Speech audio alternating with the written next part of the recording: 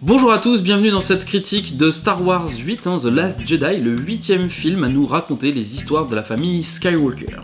Alors cette critique sera faite à froid, puisque ça fait déjà quelques jours que j'ai vu le film, et j'ai eu le temps un petit peu de me ressasser tous ces événements en tête. Globalement, j'ai vraiment apprécié le film. Après, ce que je ne sais pas, c'est est-ce que j'ai apprécié le film parce que je le considère meilleur que le 7, que j'avais vraiment pas aimé, ou est-ce que j'apprécie le film pour lui-même. Ça, c'est quelque chose qui est encore un petit peu à débattre, et j'ai pas vraiment d'avis définitif là-dessus. Je pense que cette question restera en suspens encore un long moment. Je pense que ça nécessitera un nouveau visionnage, mais vraiment retardé dans le temps, peut-être fin janvier, si les cinémas le diffusent encore. Pour ce qui est de cette critique, vu qu'elle est à froid, et qu'il y a eu quand même pas mal d'avis, on va dire à chaud, qui ont circulé sur internet, je vais pas m'amuser à faire une partie sans spoiler, là ça sera du 100% spoil, parce que j'ai besoin de vous parler de ce qui se passe dans le film, pour vous donner un avis un petit peu plus concret de la manière dont je l'ai ressenti, ce que j'ai apprécié dans le film, et ce que je n'ai pas apprécié. Donc on va rentrer tout de suite dans le vif du sujet.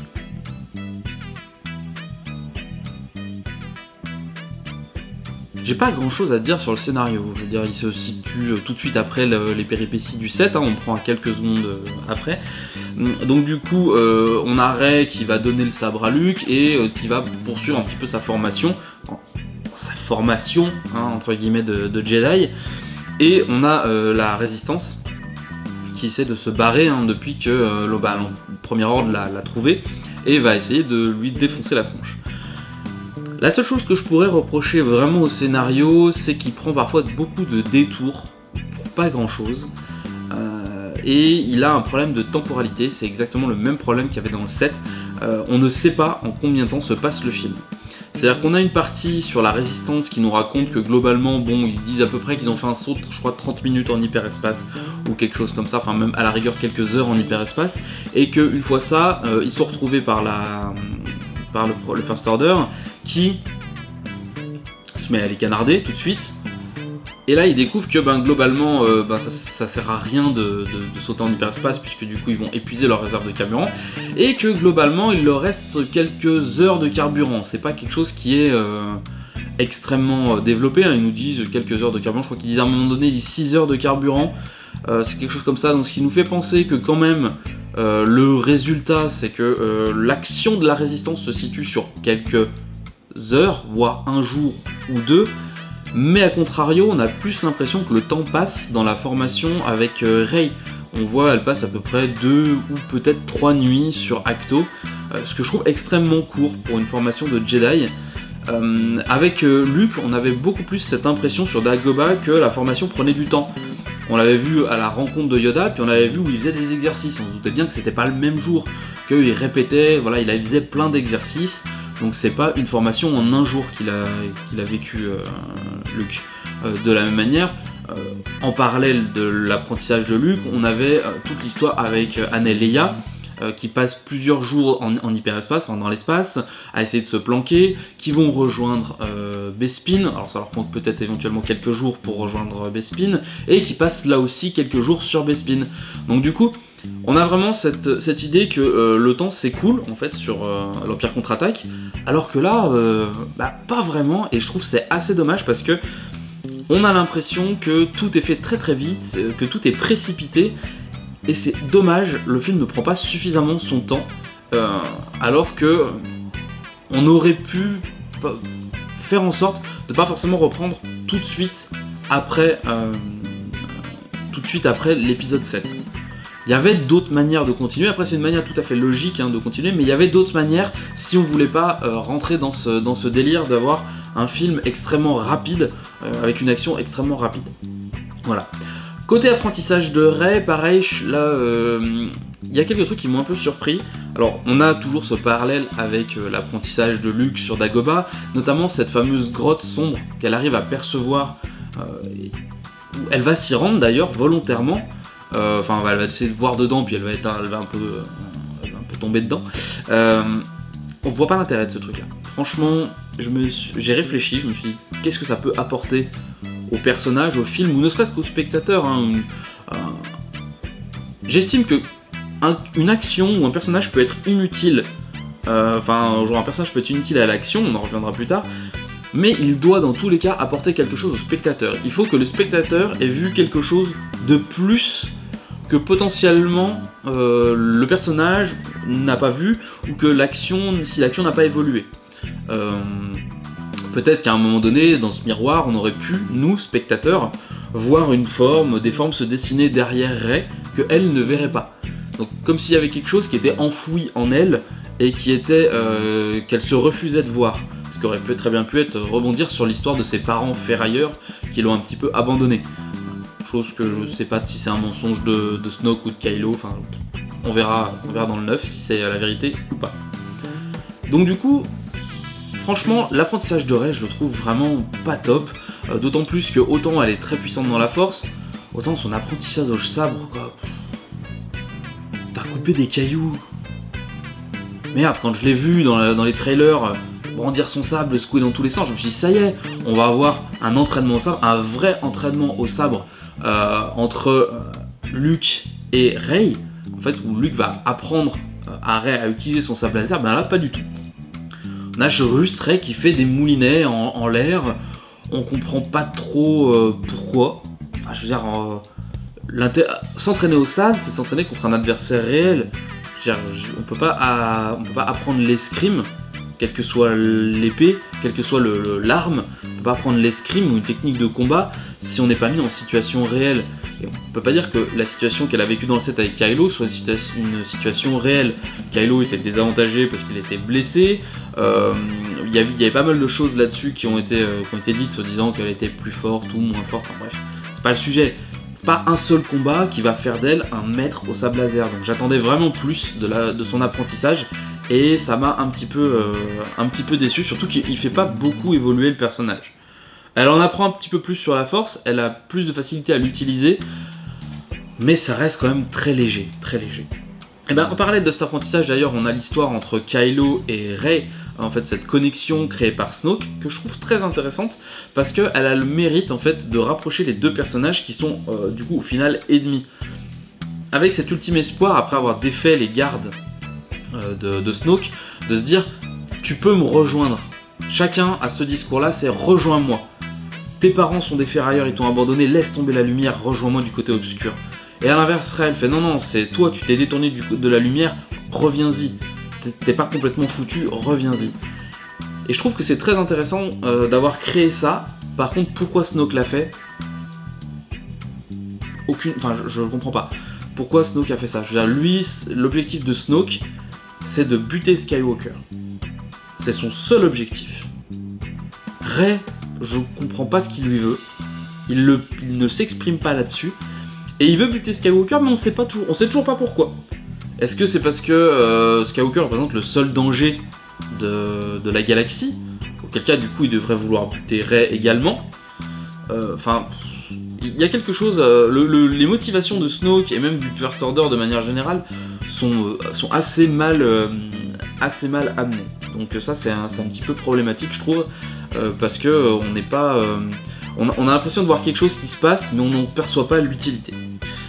Et d'ailleurs, en parlant d'utilité, on va parler maintenant de l'expédition de Rose et de Finn, que j'ai trouvé, mais d'une nullité. Je ne comprends pas pourquoi ils ont fait ça.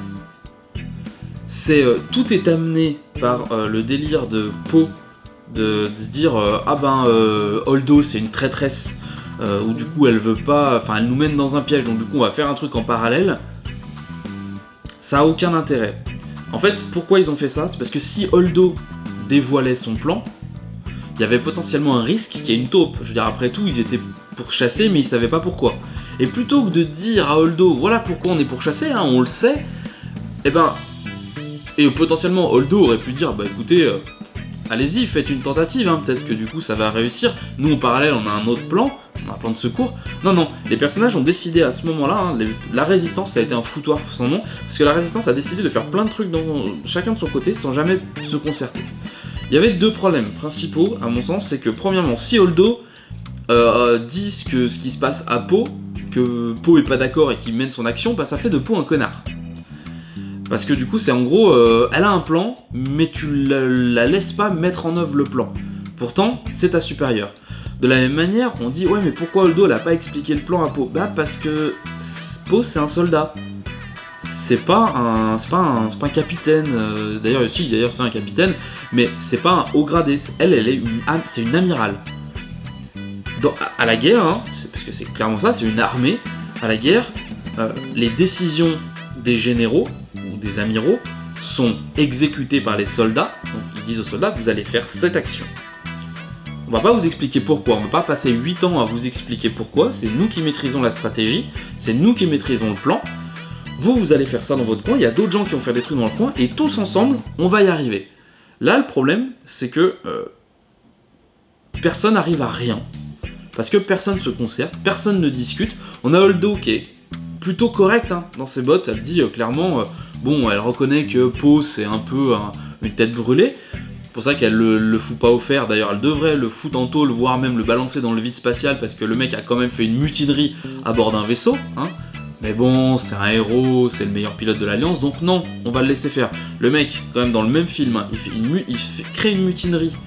Il provoque une mutinerie à bord d'un vaisseau qui est en train de se faire tataner par le Premier Ordre, donc pas un truc anodin, potentiellement c'est de la trahison, donc il peut être exécuté juste pour ça. Et également, juste avant ça, il a provoqué la mort, la perte de bombardiers et de pilotes. Je veux dire, s'il y a un traître actuellement dans la rébellion, c'est Poe, hein. Parce qu'à lui seul, il a foutu plus le bordel que tous les autres dans le film. Même Hux, il a moins foutu le bordel dans la rébellion. Pourtant, dans la résistance. Pourtant, il les apprécie pas beaucoup. Et donc, tout ce délire de tout ce petit trajet ne sert absolument à rien. Ça ne mène à rien. Ça ne conduit nulle part. C'est-à-dire qu'on va aller chercher un personnage qui est pas le bon. On va lui faire une action. Ce mec nous trahit. On va dire, oh là là, c'est un méchant, il nous a trahi. Il vous a montré qu'il y a des gens... Clairement, hein, dans le vaisseau, quand on voit sur la l'holotable des Jarrick, là, ou je sais pas trop quoi, où il montre les plans de croiseurs, de chasseurs-taille, et même de X-Wing en disant « Ah bah tiens, il y a des marchands d'armes, ils bossent à la fois pour la Rébellion et à la fois pour le First Order. » Et c'est ce qu'il a fait, le mec. Il l'a prévenu, il a dit « Ouais, il y a des gens, ils font ça. » Pourquoi on est surpris quand DJ, il trahit Finn et Rose? Le gars, il cherche juste à obtenir du pognon, hein, c'est ni plus ni moins. Et on le fait passer entre guillemets pour un gentil avec le côté oh, allez, je suis gentil, je te rends ton collier. Qu'est-ce qu'on en a à foutre? Le problème de cette scène, c'est qu'elle n'amène à rien. Non seulement pour les personnages, parce qu'en gros, ils n'évoluent pas. À la rigueur, Finn qui est persuadé qu'il peut se sacrifier à la fin, puis Rose qui tombe amoureuse, qui fait ah non, moi je t'aime, je vais te sauver. Qu'est-ce qu'on s'en fout? Qu'est-ce qu'on s'en fout? C'est complètement nul. C'est haché. Toute cette partie-là, j'ai pas aimé cette partie-là. Alors oui, c'est beau, esthétiquement, c'est sympa. Mais il y a que ça. Il y a que ça qui est sympa. Et du coup, franchement, ça c'est quelque chose que j'ai vraiment, mais alors vraiment pas apprécié. Parce que même le spectateur n'en retire rien. Il n'y a aucun enseignement. J'attends pas à ce qu'une action menée par quelqu'un serve à quelque chose.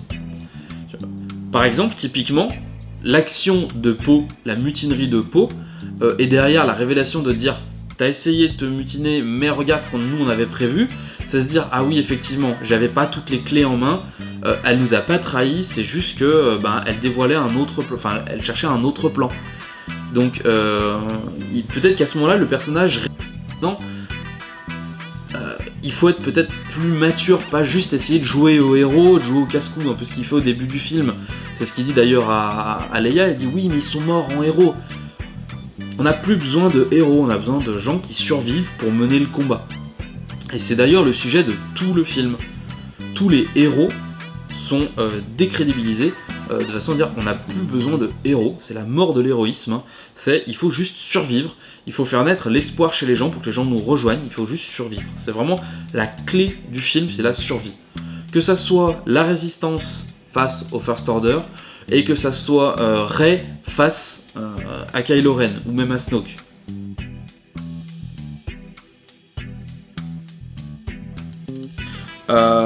J'ai déjà dit que Poe éventuellement il pouvait passer pour un connard hein, en fonction des décisions qu'il prend, et que ça a l'air d'être le personnage quand même le plus dangereux de la rébellion.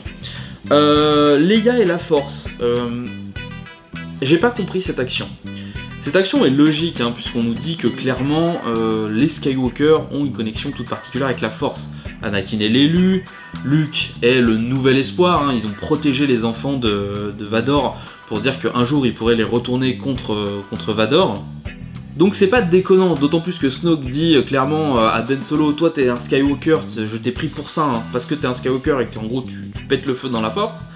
C'est pas déconnant que Leia maîtrise la Force. Mais pourquoi c'est pas expliqué avant, déjà ? Pourquoi à aucun moment on voit, je sais pas, Leia qui a un sable laser ou quelque chose comme ça ?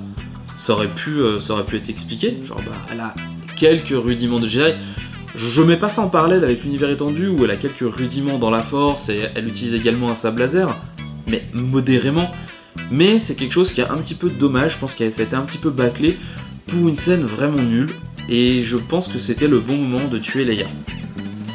Parce que de la même manière que le sujet du film c'est il n'y a pas que des héros, il faut pas systématiquement qu'un personnage charismatique, qu'un héros, se fasse tuer de manière complètement épique, avec genre fanfare, trompette, voilà, c'est dans un duel au sable laser, non. Il y a des héros qui meurent salement. On l'a vu à la fin de l'épisode 3, il y a énormément de Jedi, ils se sont fait tuer salement. C'est les Adigalia, je crois, qui se fait dégommer sur sa moto-jet. On a c'est Plo Koon qui se fait dégommer pareil dans son chasseur. Eh ben ça arrive, et je pense que le meilleur moyen de se débarrasser de Leia aurait été de la faire disparaître soit lors de l'attaque des chasseurs taille qui font péter en fait la baie du croiseur, et donc du coup qui éjecte Leia dans l'espace. C'est ok, c'est malheureux, mais on a perdu Leia. Ça peut arriver. Même les généraux sont pas à l'abri d'une perte comme ça. Ou à la fin, quand la résistance se barre en petite navette, on dit on a foutu Leia dans une navette et la navette a été détruite. Ça arrive. Parce que là, si vous regardez bien le film, tous les personnages super importants de la rébellion, ils l'ont foutu dans une navette. C'est-à-dire qu'ils ont foutu tous les fantassins, tous les mecs complètement lambda, dont on s'en fout complètement, ils ont foutu dans 50 navettes. Et comme par hasard, le First Order, il a pas détruit la navette où il y avait Leia, Poe et tous les généraux. Non, c'est une des rares qui a survécu. Je me dis, c'est con quand même. Alors que la base même, c'est de pas mettre tous ses œufs dans le même panier, littéralement, et de potentiellement répartir les comment ça s'appelle, les personnes dans les vaisseaux. Et là, on aurait pu avoir une très belle scène avec Leia qui est en train de parler avec Poe sur l'avenir de la rébellion, un truc comme ça, en disant écoute, il faut impérativement que la rébellion survive. Et là, Leia se fait détruire. Voilà, ça peut arriver. Moi, j'aurais bien aimé une scène comme ça. Parce que là, ce que j'ai peur, c'est qu'ils nous la tuent hors écran, ou qu'ils nous mettent sa mort dans le générique de début du 9. Et ça, j'ai peur que ça passe un petit peu moins bien.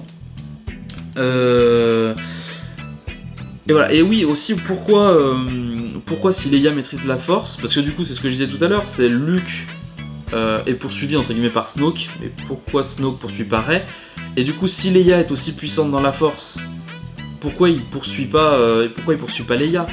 Parce qu'il poursuit Luke Skywalker parce que c'est un Skywalker, pour la même raison qu'il a récupéré Ben Solo pour lui, c'est parce que c'est un Skywalker. Mais non, mais Leia, non, il s'en fout.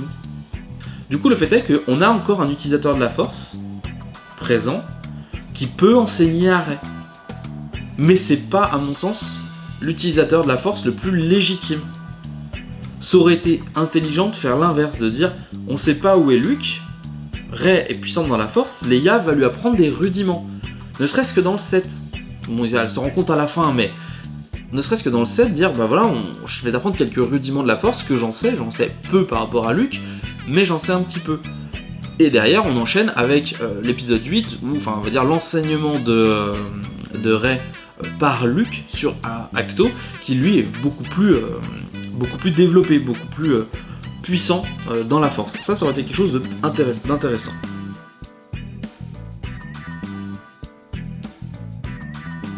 Par contre, ce que j'ai vraiment bien aimé, c'était les prises de risque, notamment donc avec la mort de Snoke. Je trouve que c'est couillu, vraiment couillu de l'avoir tué. Alors on peut dire oui, il a été tué salement, tout ça. Oui et non en fait, clairement il me dit quand ça se fait que j'ai vu des critiques, comment ça se fait qu'il a pas ressenti qu'il allait se faire tuer. bah il le dit en fait, il dit « Je sens que mon apprenti va abattre son sabre, va activer son sabre et l'abattre contre son véritable ennemi. » Sauf qu'à ce moment-là, le seul véritable ennemi que Kylo Ren a dans le viseur, c'est Snoke. Rey est à genoux devant lui, désarmé, c'est une ennemie, mais indirectement, lui-même espère la convertir au côté obscur, donc du coup, c'est pas une ennemie directe. Le seul ennemi présent dans la pièce, pour Kylo Ren, c'est Snoke. Là où ça me fait un peu chier, c'est que du coup, j'ai peur qu'on n'apprenne jamais les motivations de Snoke. Pourquoi il en voulait à Luke Skywalker, quelles sont ses origines. Je trouve ça aurait été bien de les explorer un petit peu. Si on ne les a pas explorés maintenant, est-ce que ça peut amener à penser que Snoke va revenir un peu de la manière que dans l'univers étendu, l'empereur pouvait revenir, mais voilà, je veux vraiment pas attacher ce film à l'univers étendu avec des préceptes pris dans l'univers étendu. Donc, je sais pas, je suis un petit peu déçu, j'aurais aimé en voir plus sur Snoke, est-ce qu'on en verra plus dans le 9, je sais pas. Voilà. Mais pour l'instant, la mort de Snoke et toute cette scène-là dans la salle du trône m'a plu. C'est-à-dire que on a un Seigneur Sith, on a un utilisateur de la Force, parce qu'on sait pas trop si Snoke est un Sith en réalité. On a un utilisateur de la Force très puissant, qui se moque littéralement des gens, qui prend vraiment tout le monde pour de la merde. Hein, et je trouve ça plutôt sympa. Et le fait qu'il se fasse tuer aussi connement, bah, c'est un peu ce que je disais tout à l'heure, c'est que c'est pas parce que c'est quelqu'un de puissant qu'il faut que sa mort soit spécialement épique. Sa mort peut être juste inattendue, et là c'est le cas. Elle était inattendue. Le traitement du personnage découpé en morceaux avec la langue qui pendouille aurait pu être un petit peu meilleur, je pense. On n'était peut-être pas obligé d'aller jusque-là dans l'humiliation. Mais est-ce que c'est une volonté du réalisateur de se foutre un peu de la gueule du set et de ce qu'il a mis en place ? Peut-être. Et ça, on y reviendra un petit peu. La destruction du croiseur, c'est un point que j'avais pas vu tout de suite, et c'est après quelques critiques, je me suis dit oui, effectivement, c'est quelque chose qui a été mis en place là, en disant l'hyperespace, ça peut servir à tout. C'est-à-dire que globalement, dans les premières trilogies, l'hyperespace c'était un moyen de locomotion. Là, globalement, dans le set, l'hyperespace permet de passer sous le bouclier planétaire, ce qui était visiblement pas faisable contre la deuxième étoile de la mort. Ça permet également de détruire des vaisseaux. Alors on se dit, bah tiens, si ça permet de détruire des vaisseaux, est-ce que ça permettrait pas de détruire des étoiles de la mort ? Peut-être. Après, il aurait fallu expliquer s'il y avait des contraintes particulières à utiliser cette technique, pour dire ne serait-ce que pourquoi ils ne l'ont pas utilisé avant. On peut très bien dire, simplement, dans l'épisode 4, ils avaient que des X-Wing, un X-Wing contre une étoile de la mort, même en utilisant le coup de l'hyperespace, ça suffit pas. Parce que c'est un peu comme un vaisseau qui est en hyperespace, s'il se prend un gravier et qu'il pète à la moindre poussière qu'il rencontre, ça serait très dangereux les voyages en hyperespace. Donc c'est qu'à un moment donné, il y a une histoire de taille entre l'objet percuté et le véhicule. Donc là, par rapport à une étoile de la mort, un X-Wing c'est juste c'est un peu caillou, donc un petit caillou à échelle humaine. Donc du coup à la rigueur c'est pas forcément complètement déconnant qu'un X-Wing puisse pas le faire. Et dans le 4, dans le 6, il n'y a pas beaucoup de croiseurs qui auraient pu avoir la taille potentiellement, et s'il y en avait, la rébellion peut pas spécialement s'en passer. C'est-à-dire que c'est pas, contrairement à l'Empire qui peut avoir beaucoup de croiseurs et donc potentiellement se refournir indéfiniment, la rébellion c'est pas le cas, ils en avaient pas des centaines. Donc ne serait-ce qu'expliquer le gabarit, l'histoire du gabarit, de la différence de taille entre une grosse étoile de la mort et un petit X-Wing qui est tout petit, ça aurait pu expliquer pourquoi dans ce cas-là, dans ce cas de figure, ça fonctionne, mais dans les cas de figure précédents, ça ne fonctionnait pas.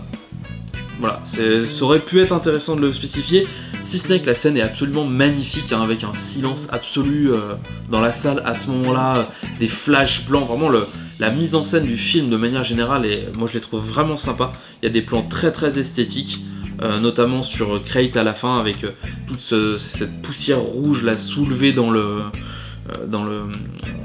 soulevée par les Monouski, des chasseurs un peu pourris. D'ailleurs, ça, je trouvais ça assez rigolo, parce que du coup ils ne font que réutiliser des vieux véhicules. Enfin, vraiment, il y a des plans vraiment magnifiques, mais le set était aussi magnifique. Il y avait des très bonnes trouvailles dans le set, mais le scénario, l'histoire était pas génial. La mort de Luke maintenant, je comprends que le personnage soit mort, mais je suis un peu déçu de manière générale déjà du traitement du personnage dans le film, surtout à la fin. Je m'attendais a une action d'éclat beaucoup plus... surtout qui amène à la mort de Luke, hein, au final. Mais je m'attendais à quelque chose de beaucoup plus puissant que ça. J'aurais aimé que on voit la puissance de Luke.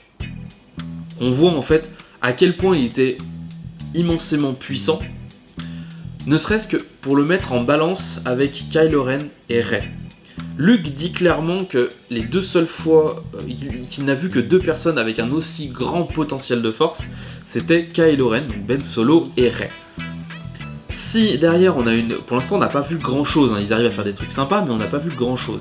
Si derrière on a Luke sous forme d'illusion qui va affronter à lui tout seul une armée de TBTT ou de TBM6, enfin je sais pas comment ils s'appellent là, les nouveaux walkers, qui avec la force les détruit et qu'on découvre qu'à la fin c'était une illusion, on se dit ok, le gars il a fait ça à distance, déjà on comprend pourquoi le mec meurt à la fin. Hein, non pas que la scène de sa mort soit très belle, il n'y a pas de problème, même si je trouve la mise en scène un peu facile. J'aurais aimé qu'on voit un peu plus de Luke, notamment qu'on voit un Luke avec un sabre laser. C'était pas grand chose, soit qu'on le voit lors de l'éducation de Rey, soit qu'on le voit à la fin. Mais je trouve que, 2 esquives, c'est juste histoire de gagner du temps. On n'a pas vraiment quelque chose d'impressionnant de la part de Luke, et ça c'est vraiment quelque chose qui m'a un peu embêté dans le film. J'attendais ça. J'ai pas eu ça, et ça c'est ce qui m'a manqué à la fin.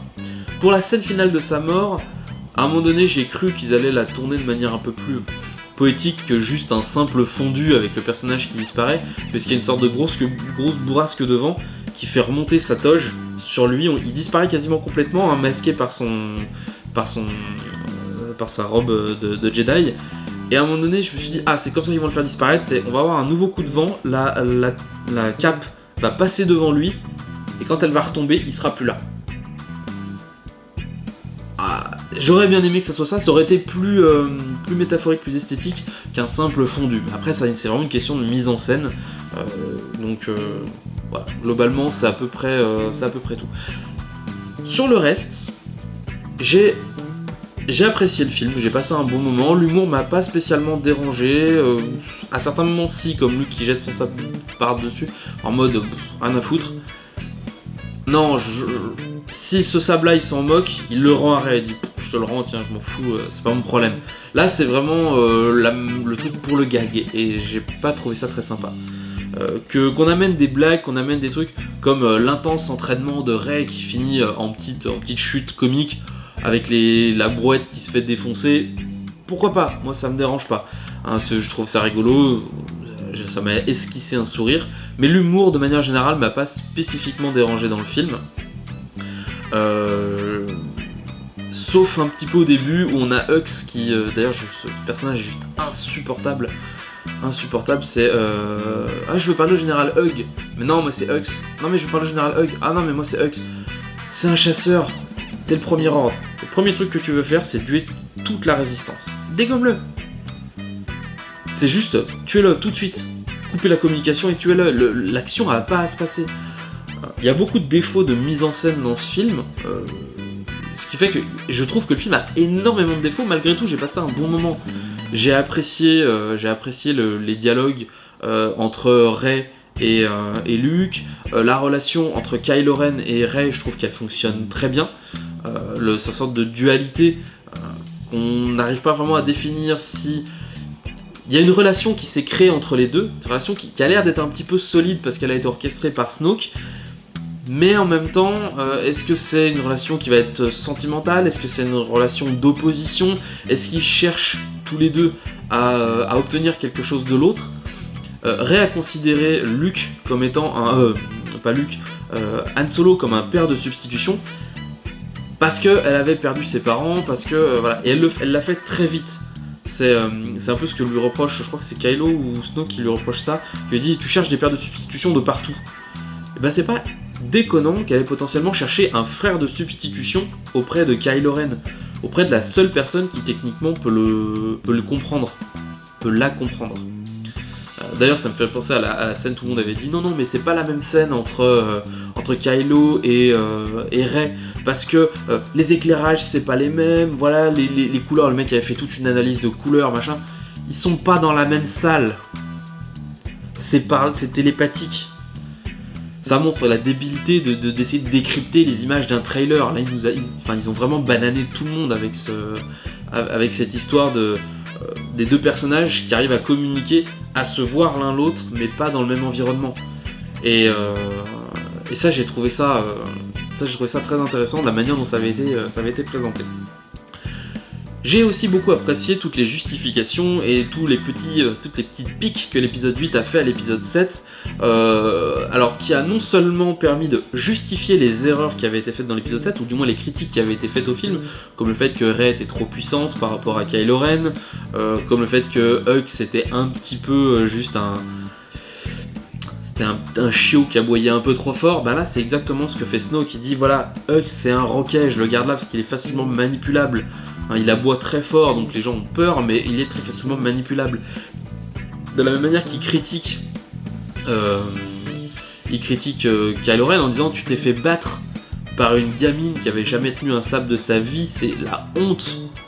C'est vraiment la honte, et tu te caches derrière un masque, on dirait un pauvre adolescent. Enfin, t'es une honte, t'es un déchet. Et en fait, tout ça juste pour ressembler à Dark Vador. Et ça, j'ai bien aimé, parce que ça permet de justifier ce qui s'est passé dans le film 7, tout en faisant une petite critique, en disant « Ah, t'as vu, t'as fait des conneries, je suis obligé de réparer tes erreurs. » Voilà.